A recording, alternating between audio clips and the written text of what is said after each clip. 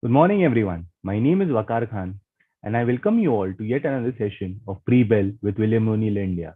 In this session, we'll take you through Nifty 50's chart placement along with its probable opening, some key news and events along with some results, how the US markets fared through the night, how Asian markets are trading at the moment, and as you know, the market is in downtrend, so we'll not be discussing the chart of the day, but we'll take you through how different sectors are placed at the moment.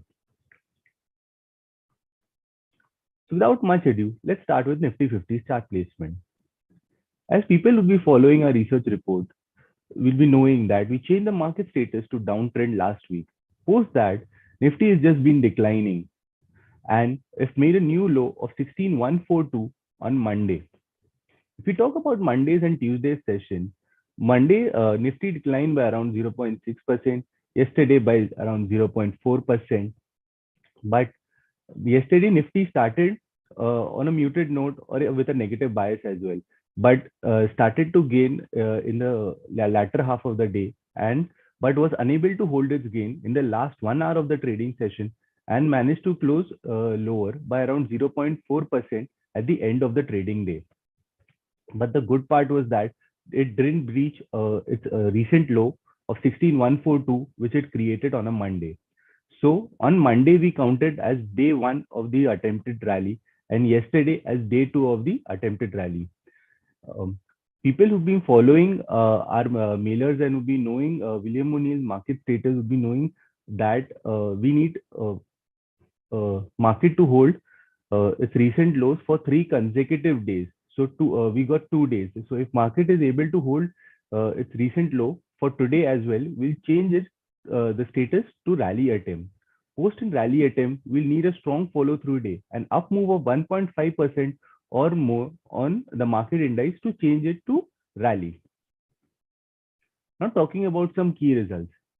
Cipla announced its Q4 FY22 results, which was a miss on the estimates. Revenue increased by 14.2% YOY to 5,260.3 crores. EBITDA declined by 5.8% YOY, and EBITDA margins contracted by 305 BPS YOY to 14.25%. PAT declined by 10.3% to 370.3 crores. If we talk about the revenue mix for Cipla, it was around India revenue is around 42%, North America around 23%, SGX 18%, other international markets 14%, and API is 3%. The long-term targets for the companies are as follows. Incremental opportunity to add revenue is around $300 to $500 million by FY25. ROIC expansion to 17 to 20% over the long term, and market beating growth in India and South Africa, and 10% share of consumer business. The other big result yesterday, which was announced post market hours, was Gujarat Gas.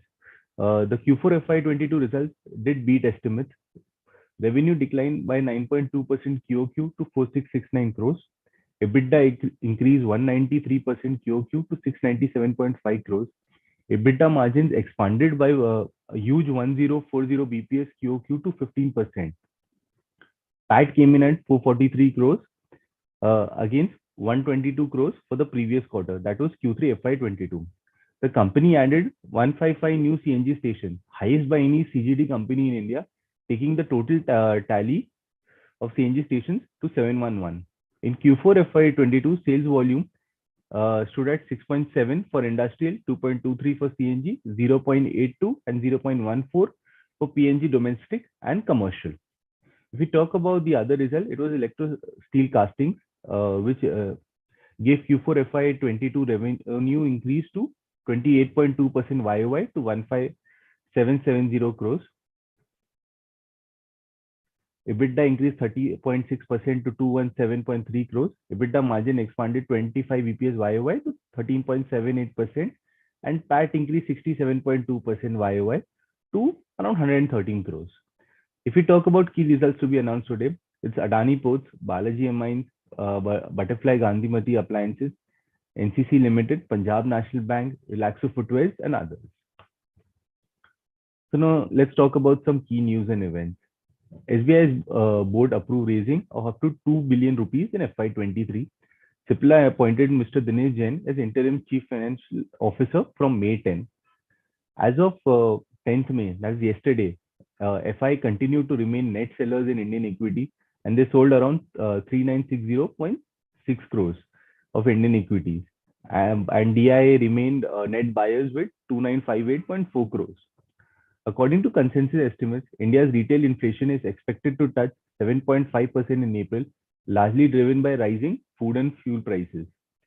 USD INR recovered around 12 paise to close at 77.32 yesterday. Talking about the US Asian market and how the commodity market and your yields have closed. If we talk about Brent crude, it's hovering around 104 per barrel, which is $1 less than yesterday. Similarly, the US 10-year Treasury yield and the India Treasury yields have corrected a bit from 2.99% to 2.98%, and India 10-year GSEC yield from 7.4 to 7.3%. On the US front, it was a mixed bag. Dow closed lower by 0.3%, S&P closed higher by 0.3%, and Nasdaq closed higher by 1%. On the Asian front, it's a similar mixed bag only. Kospi is trading lower by around 0.2%. Nikkei is closing trading higher by 0.2%, Shanghai by 1.3%, and Hang Seng by 0.8%. Now, let's try to decode what the SGX Nifty is trying to tell us. SGX Nifty in morning was trading around 16,189, which is kind of a muted opening, but with a negative bias. Now let's see how the broader markets and sectors are placed at the moment. As we all know, Nifty and Sensex are in correction mode, along with your Nifty mid cap 100 and your small cap 100. If we look at how these indices are placed from the respect to the 50 DMA and the 200 DMA, all these indices are very well trading below the 50 DMA and 200 DMA. Nifty 50 and Sensex is trading around 5.5% and 6% below the 200 DMA, showing the lack of strength. Nifty mid cap 100 is slightly better placed at 4% below the 200 DMA, but the small cap stocks are taking a beating. As we can see that the small cap index is trading around 14.5% below its 200 DMA. Now taking the cues from the sectoral indices, most of the sectoral indices are in the correction phase, barring the FMCG, energy, and auto. But even the sectoral indices which are in under pressure, we can see the energy and metal have a very high D-Day count of 5 and 6, apart from FMCG, which has a low D-Day count of 2. If we see how the sectoral indices are placed from their respective moving averages, only Nifty Energy is able to trade above its 200 DMA, and it's trading around 12.6% above the 200 DMA. All the other indices are trading well below its 200 DMA, meaning the range of 2.3% and 15.5%.